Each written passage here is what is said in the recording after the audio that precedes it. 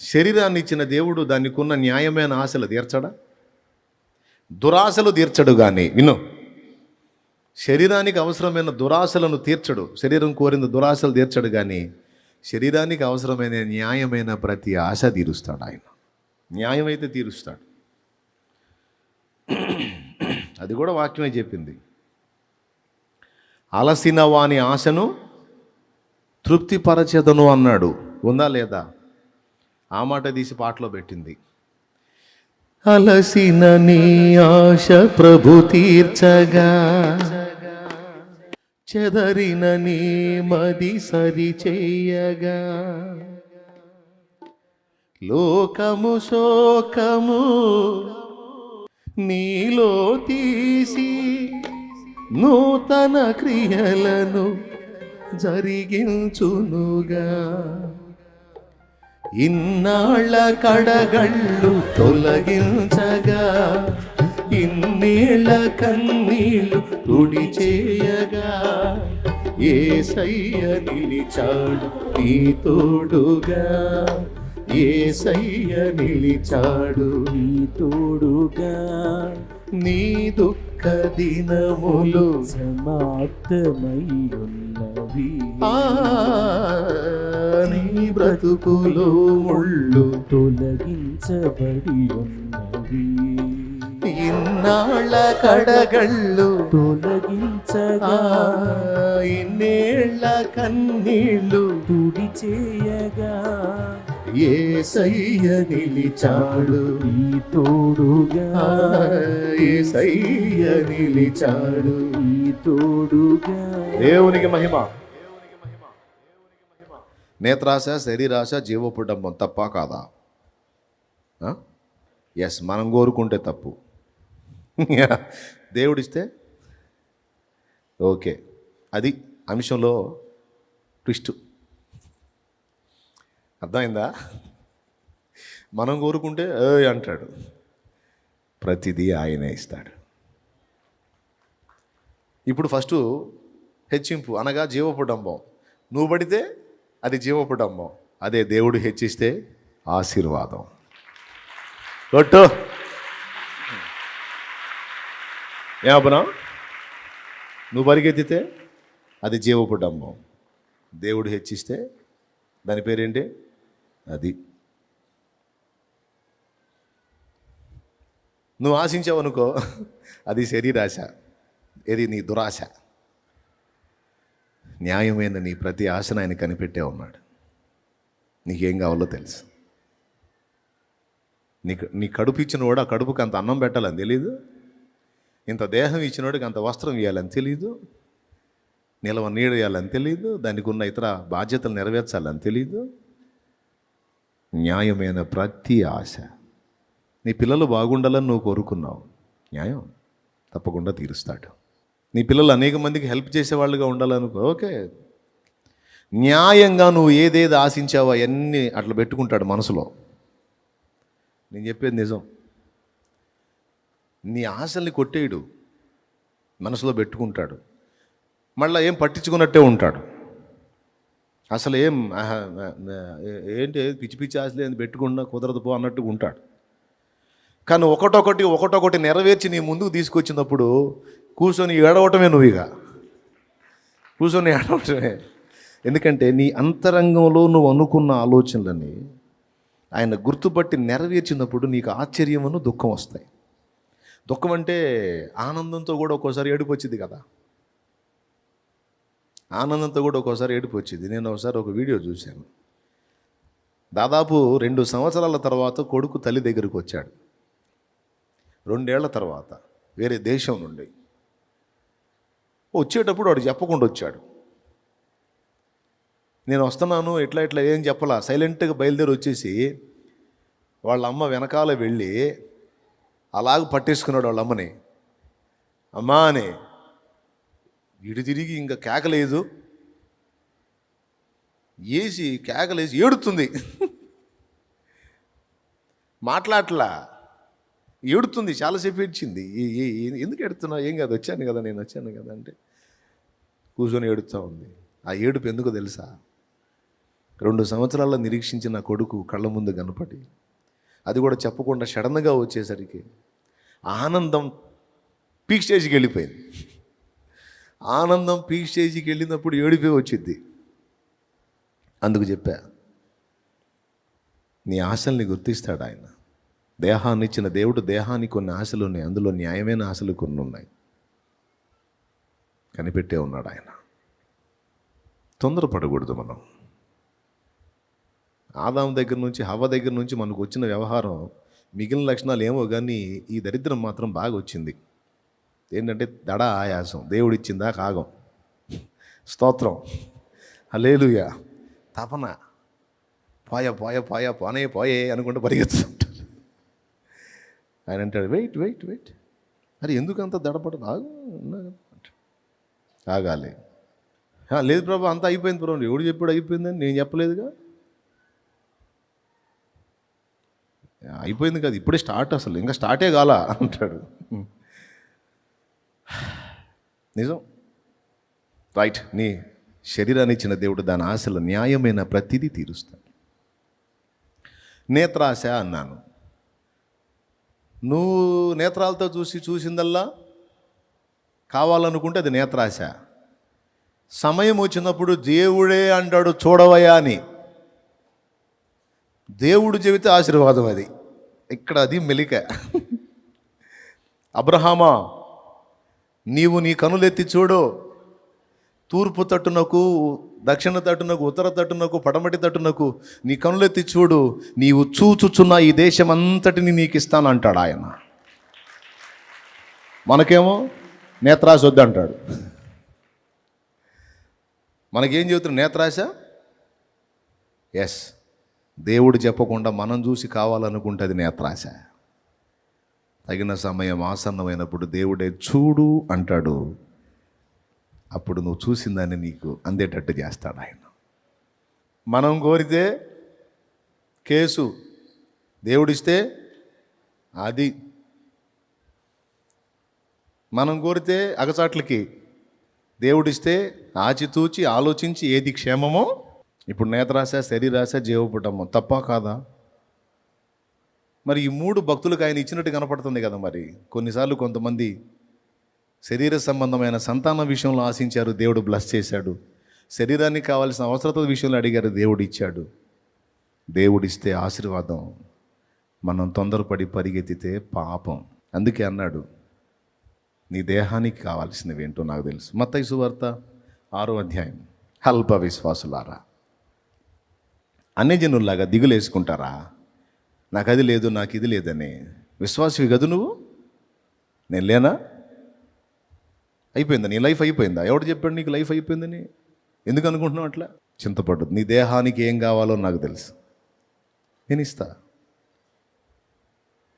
అన్యజనులు విచారించినట్టు విచారించొద్దు, నిశ్చయంగా ఇస్తానంటున్నాడు ఆయన. అది మత్తయి సువార్త 6లో చెప్పింది అదే కదా. ఏమి తిందుమా, ఏమి త్రాగుదుమా, ఏమి ధరించుకుందుమా అన్ని దేహమును గూర్చి చింతపడద్దు. దేహాన్ని ఇచ్చిన వాడిని దానికి కావలసిన పోషణ ఇవ్వాలనేది నాకు తెలుసు. ఒక రూట్లో కాకపోతే ఇంకో రూట్లో దేవుని ప్రణాళిక నీ విషయంలో అలానే ఉంటే తప్పకుండా అది సక్సెస్ అయిద్ది. కాలేదనుకో, నువ్వేం దాని గురించి కురిమిలు పోవాల్సిన అవసరం లేదు, కుంగిపోవాల్సిన అవసరమే లేదు. నీ పట్ల వేరు ప్రణాళిక ఉంటే అది ముందుకు వచ్చేటట్టు చేస్తాడు. ఇప్పుడు దారి నీకు లేదు, దేవుడికి లేదా? ఉందా లేదా? కాబట్టి ఈ విషయాల చేత మీరు ఆదరణ పొంది ధైర్యం తెచ్చుకొని దేవుడు పిలిచినంత వరకు, దేవుడు హెచ్చించినంత వరకు, దేవుడు నీ ఆశలు తీర్చడానికి జోక్యం చేసుకున్నంత వరకు, నీవు కన్నులతో చూచిన దానిలో న్యాయమైన ప్రతిదీ నీకు ఇస్తాడు ఆయన. మామిడి పండు దగ్గర నుంచి అబ్రహాంకి ఇచ్చినటువంటి దేశాల దాకా మామిడి పండు ఎంత అనుకుంటాం మనం. మామిడి పండు విషయంలో కూడా దేవుడు అంత సెన్సిటివ్గా ఉంటాడు ఆయన. నా అనుభవం, మామిడికాయలంటే నాకు ఇష్టం. జేబులో 10 రూపాయలే ఉంది, ఒక కాయ 10 రూపాయలు పెడితే ఒక కాయ వచ్చిద్ది. కానీ అదే 10 రూపాయలు ఉంటే పచ్చడికి వచ్చిద్ది. పచ్చడి చేసుకుంటే 3 పూట్ల తినొచ్చు, నేను కుటుంబం. అట్లుంది పరిస్థితి మరి సేవ ఆరంభంలో. ఈ మామిడి పండు కొంటే నేను ఒక్కడనే పండు తింటాను, మరి ఇంక ఇంట్లో ఫుడ్ కనీసం చిన్న ఉల్లి కారం చేసుకుందామన్నా 10 రూపాయలు కావాలిగా, అవునా? ఒట్టి అన్నం తినలేం కండి. కారంలో చిన్నుల్లిపాయలు వేసి నూరితే ఉడుకుడు కన్నంలో ఎట్టుంటుంది, అస్సలు మామూలుగా ఉండదు. అంటే అది కూడా తిన్నాం. దేవునికి స్తోత్రం. చూసి వెళ్ళా మార్కెట్లో, మంచి రంగు మీద ఉన్నాయి కాయలు, గోల్డ్ వర్ణం మెరిసిపోతున్నాయి. అట్లే లేవుగా, ఉన్నప్పుడు తిందాంలే అనుకున్నా. ఏసయ్య కాయ తినాలన్నది కూడా అలా, కాయలు చూసి ఉన్నప్పుడు తిందాంలే, ఇప్పుడు లేవుగా అనుకుంటూ వెళ్ళా.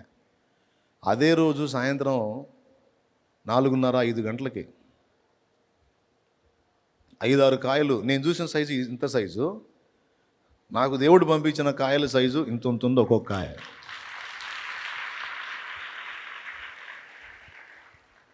ఇది అబద్ధం కాదు, నిజం. ఇప్పుడు ఆ కాయలు చూసినప్పుడు ముందు తినాలన్న ఆపేక్ష సంగతి, తర్వాత పైకి చూసుకోవటం, ఏడవటం. ఏంది నీకు ఇది కూడా అర్థమైందా? నేను మామిడికాయకి వెళ్ళి చూసి మనసులో అనుకున్నది కూడా అర్థమైందన్నమాట. ఒక్క కాయ తిందాం అనుకున్నాను, నాకు ఇన్ని కాయలు పంపించావా, ఇంకెట్లా? అవి చూసుకోవటం, ఏడుచుకోవటం. ఎంత శ్రద్ధ కలిగి ఉంటావు దేవా నువ్వు. అంతరంగంలో ఉన్న సున్నితమైన విషయాన్ని కూడా గుర్తించేది నీకు న్యాయం అనిపిస్తే నువ్వు వెంటనే అది జరిగేటట్టు చేస్తావు. తల్లికున్నదా తండ్రికున్నదా నీ ప్రేమ జాలి యేసయ్యా,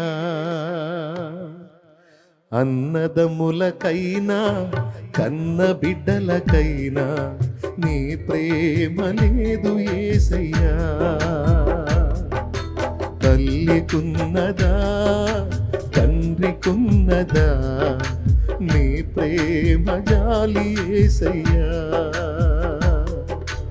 అన్నదమ్ములకైనా కన్న బిడ్డలకైనా నీ ప్రేమ లేదు యేసయ్యా. యేసయ్యా యేసయ్యా నా మంచి యేసయ్యా, యేసయ్యా యేసయ్యా నా మంచి యేసయ్యా, యేసయ్యా యేసయ్యా నా మంచి యేసయ్యా, యేసయ్యా యేసయ్యా నా మంచి యేసయ్యా. తల్లికున్నదా తండ్రికున్నదా నీ ప్రేమ జాలి యేసయ్యా, అన్నదమ్ములకైనా కన్న బిడ్డలకైనా నీ ప్రేమ లేదు యేసయ్యా. నీవు కన్నులతో చూచిన దానిలో న్యాయమైన ప్రతిదీ నీవు పొందేటట్టు చేస్తాడు ఆయన. న్యాయమైన దాన్ని, నీకు క్షేమకరమైన దాన్ని. నువ్వు చూస్తే తప్పు, సమయం వచ్చినప్పుడు దేవుడే చూడు అంటాడు. నీవు చూచున్నదంతయు నీకు ఇచ్చేదను అంటాడు. అటు చూడు అంటాడు, కనులెత్తి చూడు అంటాడు, ఇటు చూడు అంటాడు. చూడటమే, ఆయన చెప్పినప్పుడు చూడు, అంతే. అన్నీ చేస్తాడు ఆయన. ఇప్పుడు చెప్పండి, మన ఆశ తీర్చడు? మనం చూసింది న్యాయమైందైతే మనకివ్వడు? మనల్ని హెచ్చించడు? ఆయన చిత్తం. నువ్వైతే ఎలా ఉండాలి, నేనైతే ఎలా ఉండాలి? నీ దయ తండ్రి. ఎంతటి వాడినయా నీ కృప. నేను హెచ్చింపబడకపోయినా పర్లేదులేయా, నాకెందుకు హెచ్చింపులు? హెచ్చింపబడటానికి యోగ్యుడివి. స్తుతి, మహిమ, ఘనత, ప్రభావం పొందడానికి 100% నువ్వు అర్హుడివి తండ్రి. సౌలు స్తుతి నాకు అన్నాడు. నాకు 1000 కొలది పాడి, దావీదుకు 10,000 కొలది పాడిరే. రాజ్యమును తప్ప నా యొద్ద నుండి ఏం తీసుకొనగలడు అన్నాడా సౌలు? స్తుతులు పాడించుకున్నారు. స్తుతి ఎవరికి? సౌలు పాడించుకున్నందుకు తన్నులు తిన్నాడు. స్తుతి ఆయనకి, ఘనత మహిమ ప్రభావాలు ఆయనకి. మన ప్రభు హెచ్చింపబడితే మనం హెచ్చింపబడ్డట్టు కాదా? మన యేసయ్య నామం మహింపరచబడితే అది మన మహిమ కాదా? ఆయన కొనియాడబడితే అంతకు మించిన ఆనందం మనకే ఉంది. యథార్థ హృదయంతో మనం అలా వెతికినప్పుడు ఆయన అంతకంటే ఎక్కువగా మనల్ని పైకెత్తుకోవాలని ఆశిస్తాడు. ఇంకా చెప్పాలంటే తన్ను తాను మరుగు చేసి తనను ప్రేమించే భక్తుల్ని ఎత్తిపట్టాడండి దేవుడు. సముద్రాన్ని పాయలు చేసింది ఎవరు? ఎవరు? మోషే అన్నారు. దేవుడు అండి చేసింది, మోషే కాదు. కానీ దేవుడు కనపడలా, మోషే కనపడ్డాడు. ఆ ఘనత మోషేకి ఇచ్చాడు. అట్లా అద్భుతాలు చేసి మరీ భక్తుల్ని ఎత్తుకున్నాడు ఆయన. తొందరపడద్దు, ఆవేశపడద్దు, ఆయాసపడద్దు. నీ గురించి ఆయన ఆలోచిస్తున్నాడా లేదా? విచారిస్తున్నాడా లేదా? చింత కలిగి ఉన్నాడా లేదా? నా విషయంలో దేవునికి పట్టింపు ఉంది అంటే చేయొద్దు. నేను నమ్ముతున్నానన్నా, నాకు విశ్వాసం ఉంది, నా తండ్రి నా విషయంలో శ్రద్ధ కలిగి ఉన్నాడు, దృష్టి కలిగి ఉన్నాడు, ఆలోచన కలిగి ఉన్నాడు, విచారిస్తున్నాడు, నేను నమ్ముతాను అంటే చేయొద్దు. చేతులు ఎత్తిన వారి అందరి విశ్వాసము, మనందరి విశ్వాసాన్ని నా దేవుడు నెరవేర్చునుగాక.